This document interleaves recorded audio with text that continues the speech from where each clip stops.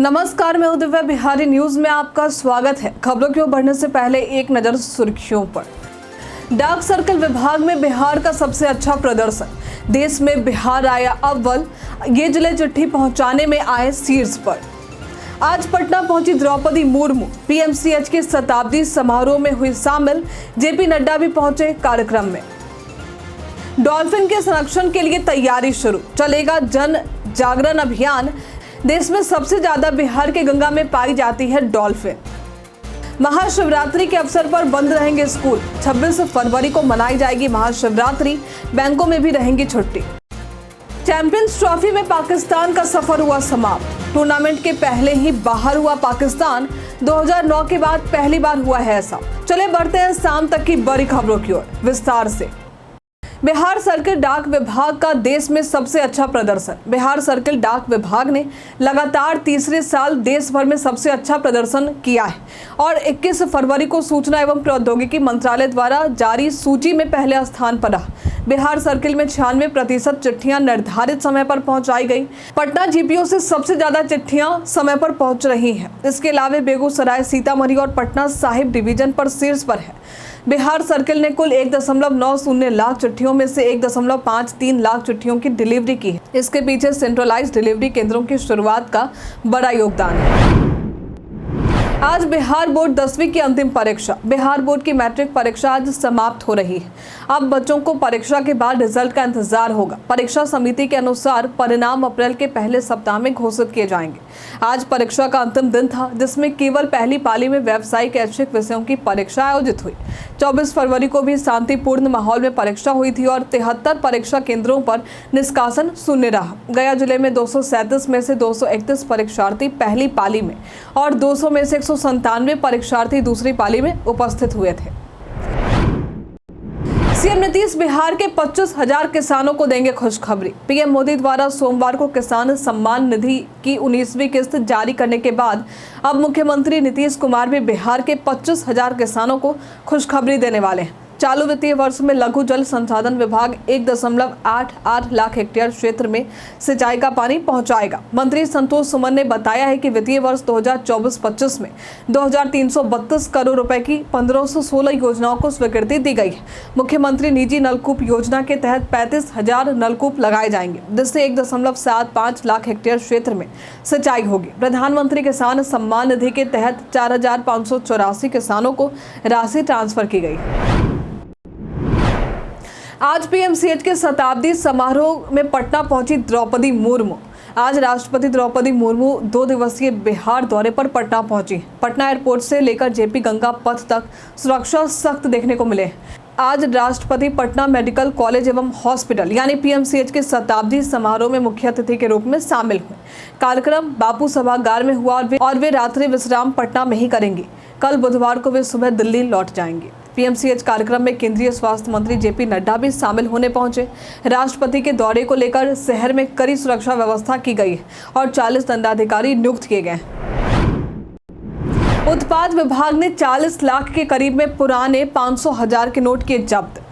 गोपालगंज के कुचायकोट थाना क्षेत्र में उत्पाद पुलिस ने बड़ी सफलता प्राप्त की। बलथरी चेक पोस्ट पर वाहन जांच के दौरान एक बस से 39,95,000 रुपए के पुराने 500 और 1,000 रुपए के नोट बरामद किए गए। ये जांच होली पर्व के मद्देनजर शराब माफिया के खिलाफ की जा रही थी। पुलिस ने नोटों को जब्त कर बस के ड्राइवर और खलासी को हिरासत में लिया है और पूछताछ शुरू कर दी। सदर एसडीपीओ प्रांजल ने बताया कि ये पुराने नोट यूपी से लाए जा रहे थे और मामले की जाँच की जा रही है।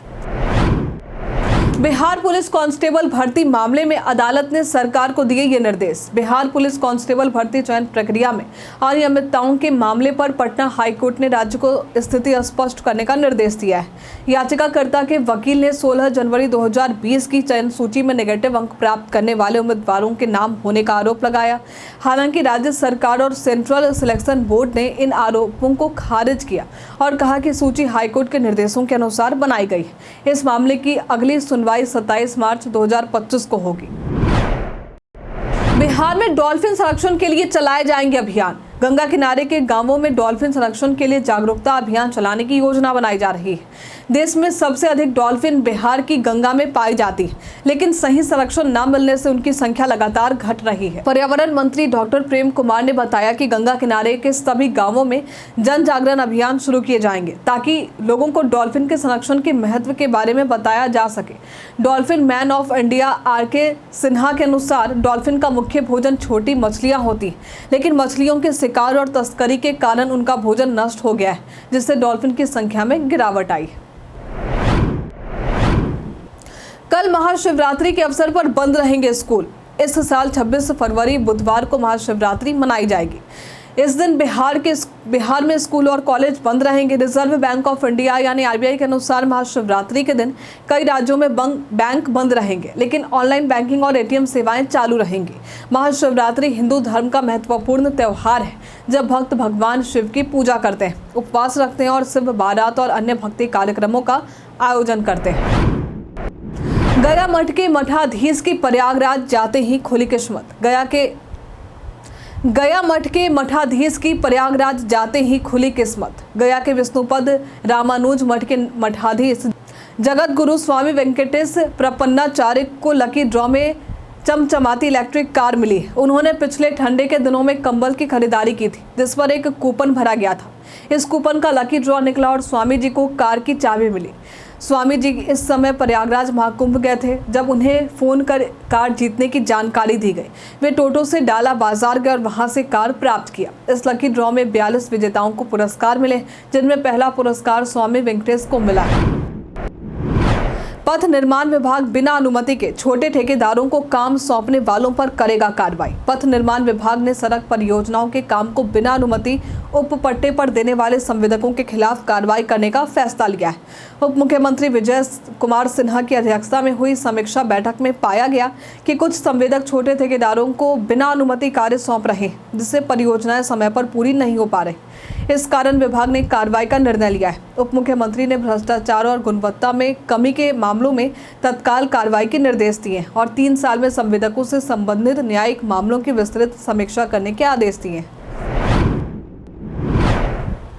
जमीन के बदले नौकरी मामले में लालू परिवार को बड़ा झटका। राजद के प्रमुख लालू प्रसाद और उनके बेटे तेजस्वी यादव को दिल्ली की राउज एवेन्यू कोर्ट में जमीन के बदले नौकरी मामले में बड़ा झटका लगा है।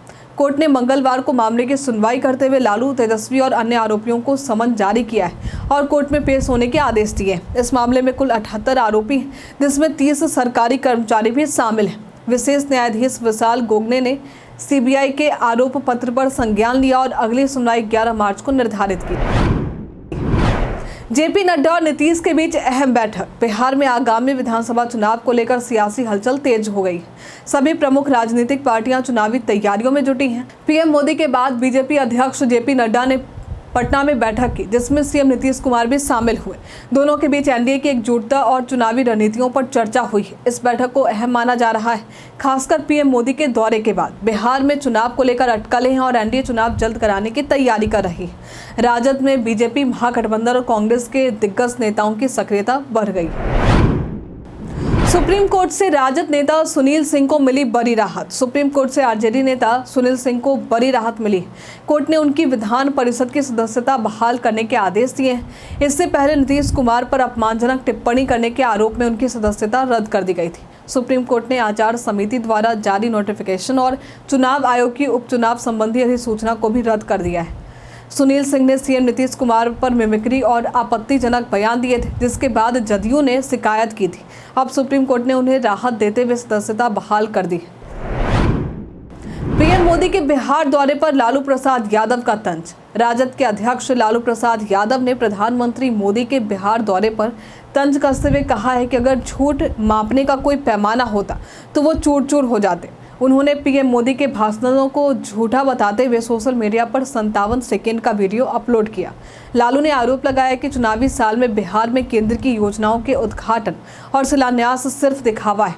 वहीं तेजस्वी यादव ने भी मोदी के पुराने भाषणों का वीडियो पोस्ट कर बीजेपी पर निशाना साधा है। पीएम मोदी ने बिहार में किसानों के खातों में धनराशि ट्रांसफर की और कुछ परियोजनाओं का उद्घाटन किया। चैंपियंस ट्रॉफी में पाकिस्तान का सफर हुआ समाप्त। चैंपियंस ट्रॉफी 2025 की मेजबानी पाकिस्तान के पास है, लेकिन टूर्नामेंट के पहले ही पाकिस्तान का सफर समाप्त हो गया है। पाकिस्तान के ओपनर सैम अयूब पहले मैच से बाहर हो गए और फखर जमा भी न्यूजीलैंड के खिलाफ मैच में की पहली गेंद पर चोटिल हो गए। गेंदबाजी में भी शाहीन शाह अफरीदी और नसीम शाह का प्रदर्शन खराब रहा। पाकिस्तान को न्यूजीलैंड से 60 रन से हार का सामना करना पड़ा और फिर भारत ने भी 6 विकेट से हरा दिया। इस तरह पाकिस्तान ग्रुप चरण में बिना कोई मैच जीते टूर्नामेंट से बाहर हो गया, जो 2009 के बाद पहली बार हुआ है। बीते दिन हमारे द्वारा पूछे गए सवाल का आप लोगों में से बहुत सारे लोगों ने अपना जवाब हमें हमारे कमेंट सेक्शन बॉक्स में लेकर दिया है। जिन्होंने हमारे द्वारा पूछे गए सवाल का जवाब दिया उनके नाम है परमानंद पंडित, पीयूष शर्मा, चांदनी सिंह, विजय राय, लक्ष्य कुमार झा, सपना कुमारी, राम बाबू यादव, नीतीश कुमार, कुश कुमार यादव, संजीव कुमार, सुमेर यादव, गणेश झा, नरेंद्र कुमार, सावित्री देवी, राकेश मिश्रा, विजय राय। इसी के साथ बढ़ते आज के सवाल की ओर। तो आज का सवाल है, क्या आपने कभी डाक के जरिए चिट्ठी भेजी है? आप अपना जवाब हमें कमेंट में लिखकर जरूर बताइए। तो आज के लिए फिलहाल इतना ही। बिहार की तमाम खबरों के साथ बने रहने के लिए देखते रहे बिहारी न्यूज। और साथ ही अगर आप यूट्यूब से देखना तो चैनल को लाइक करना और सब्सक्राइब करना। अगर आप फेसबुक से देखना तो पेज को फॉलो करना ना भूलें। धन्यवाद।